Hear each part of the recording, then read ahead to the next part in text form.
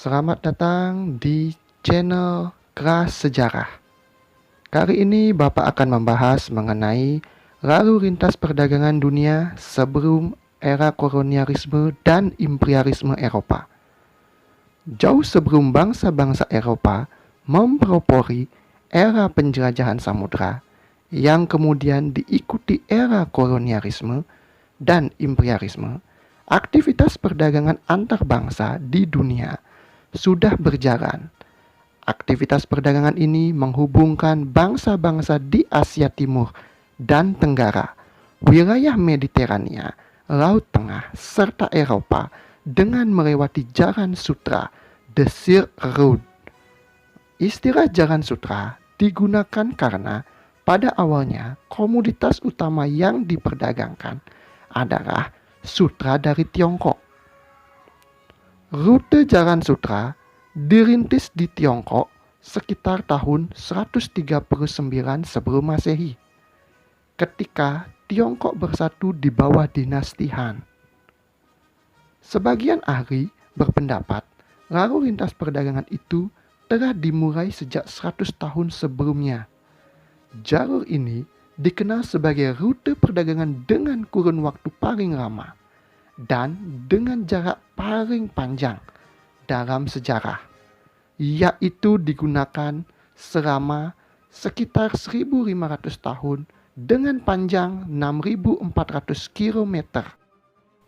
Jalan Sutra menjadi ramai tidak hanya karena kehadiran banyak saudagar Tiongkok, tetapi juga saudagar-saudagar dari Seleukia, Antioquia, Alexandria, dan Persepolis. Semuanya merupakan wilayah taklukan Romawi. Perdagangan melalui Jalan Sutra dimulai di Chang'an, salah satu provinsi di wilayah Tiongkok, melewati kota-kota perdagangan di Asia Tengah seperti Samarkand, negeri Uzbekistan, kota sumber air di wilayah Kashgar di negeri Tiongkok yang berbatasan dengan Tajikistan dan Kirgistan, dan berakhir di Antioquia ataupun Konstantinopel, yaitu sekarang Istanbul. Antioquia dan Konstantinopel sekarang menjadi bagian dari Turki. Perjalanan yang panjang itu terkadang melewati padang rumput yang luas, stepa, diselingi kondisi alam yang cukup ganas, seperti padang gurun Gobi dan Taklamakan di wilayah Tiongkok. Dengan alasan mendapatkan perbekalan, kondisi alam yang keras, serta keamanan, para pedagang kerap berhenti dan beristirahat di satu kota atau tempat yang memiliki sumber air, sebelum melanjutkan perjalanan ke kota-kota lainnya. Akan tetapi, jarang sekali para kafilah menempuh perjalanan yang sangat jauh. Di berbagai kota yang disinggahi, sudah berkumpul banyak para pedagang perantara yang sering disebut middlemen. Jadi, sudah ada semacam sistem perdagangan berantai. Komoditas yang diperdagangkan antara lain sutra, emas, batu giok jade, teh, dan rempah-rempah. Hanya barang-barang mewah semacam itu yang diperdagangkan. Tiongkok misalnya menyuplai sutra ke Asia Barat dan wilayah Mediterania, sementara rempah-rempah didapatkan dari Asia Selatan. Perdagangan yang melibatkan orang-orang dari berbagai latar belakang suku dan budaya ini menjadikan kota-kota di sepanjang Jalan Sutra ramai. Bahkan, tidak hanya perdagangan, kota-kota itu juga tumbuh menjadi pusat ilmu, pengetahuan, budaya, dan seni.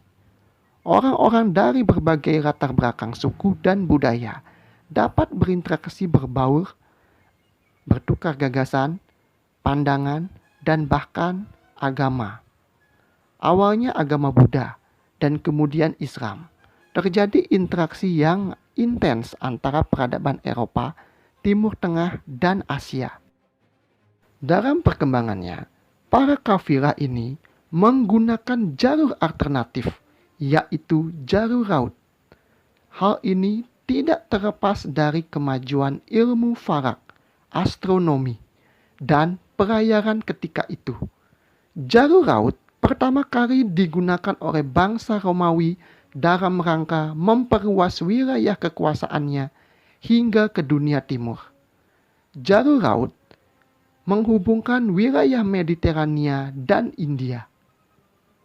Rute laut utama dimulai di wilayah Kanton, Guangzhou, wilayah Tiongkok, melintasi Asia Tenggara, Samudra Hindia, dan Laut Merah. Kemudian mencapai Alexandria, Mesir.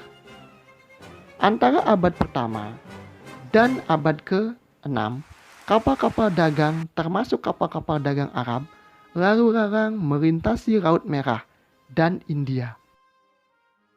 Barang-barang yang diperdagangkan dikapalkan di kota Berenike, sebuah kota kuno di Epirus, yaitu wilayah antara Yunani dan Albania sekarang, di sepanjang Laut Merah, dan diangkut lewat darat ke daerah pedalaman sampai ke Sungai Nil. Dari situ, perahu-perahu sungai mengangkut barang-barang tersebut ke kota Alexandria, dan dari kota Alexandria. Dari kota Alexandria, barang-barang tersebut diperdagangkan ke seluruh wilayah Kekaisaran Romawi. Sejak abad ke-9, ketika Kekaisaran Romawi runtuh, rute laut dikendalikan saudagar-saudagar Arab. Perlahan-lahan, penggunaan jalan sutra pun ditinggalkan. Penggunaan rute laut memungkinkan terjadinya pengiriman dan perdagangan barang dalam jumlah besar dan beraneka ragam. Sesuatu yang sulit dilakukan melalui jalan sutra. Jalan sutra kembali ramai pada masa kejayaan Kekaisaran Mongol pada abad ke-13.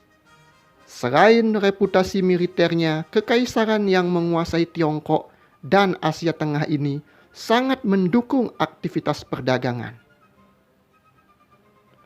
Pada saat yang sama, hubungan antara Eropa dan Tiongkok semakin terbuka, terutama sejak Marco Polo berhasil melakukan ekspedisi ke Asia, termasuk ke Tiongkok.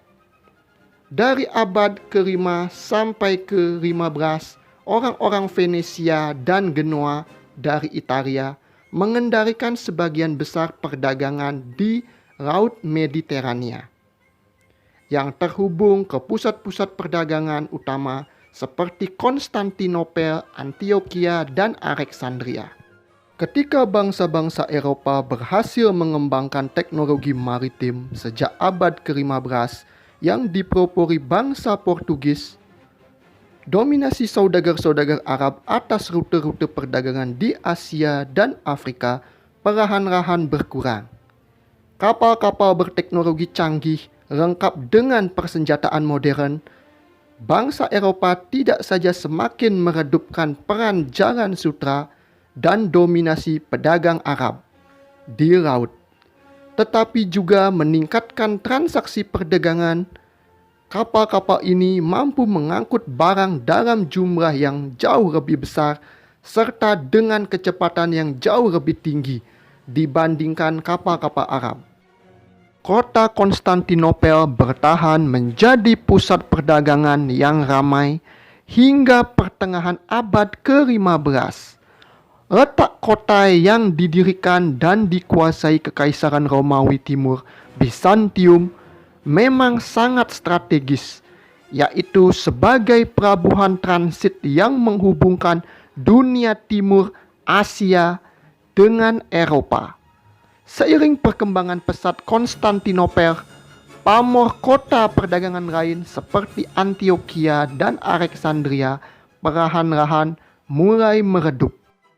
Nah anak-anak, sekianlah penjelasan Bapak mengenai lalu lintas perdagangan dunia sebelum era kolonialisme dan imperialisme Eropa. Nah, apabila ada pertanyaan, kalian bisa mencantumkan pertanyaan itu di dalam kolom komentar. Dan ingat, pelajari materi yang Bapak berikan dan juga like, subscribe, dan komen. Terima kasih.